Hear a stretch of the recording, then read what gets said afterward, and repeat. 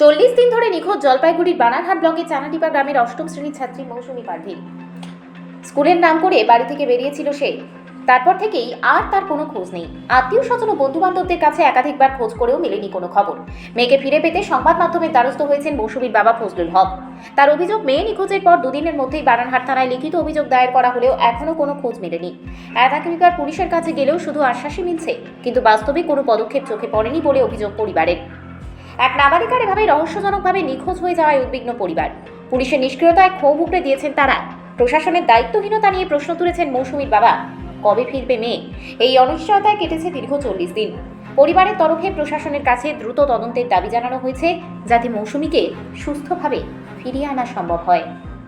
আমার মেয়ে হারিয়েছে। কবে হারিয়েছে? কি জানতে পারলেন? 40 দিন থেকে নাই ও। খুঁজি পাই না। তারপরে থানাতে এফআইআর করলাম। পুলিশও কোনো গুরুত্বপূর্ণ এখনো পর্যন্ত নেয়নি। পুলিশের কাছে কি গেছেন? এখন তো যায়নি, কিন্তু ফোন করছি, কিন্তু কোনো কাজে দেয় না। কি বলছে পুলিশ? পুলিশ খুঁজতেছি, দেখি এখন ওর রিপোর্ট না, আধার কার্ড নাই, এটা নেই ওটা নেই বলে। মূলত কোথায় গিয়েছিল আপনার মেয়ে? কিভাবে নিখোঁজ হলো? দূরামার থেকে গেছিলো, এখনো কোথায় গেছে এখন খুঁজে পাই না। আপনার লিখিত অভিযোগ করার পরে পুলিশ কোনো ব্যবস্থা নিচ্ছে কি? নাই, একদিন ইনকোয়ারি করছিল বাস। তারপর থেকে নাই, কোনো খোঁজ নেই। এখন চাচ্ছেন কি? এখনো কোনো রকম করে মেয়েটা যদি পাই। নাম কি ওনার?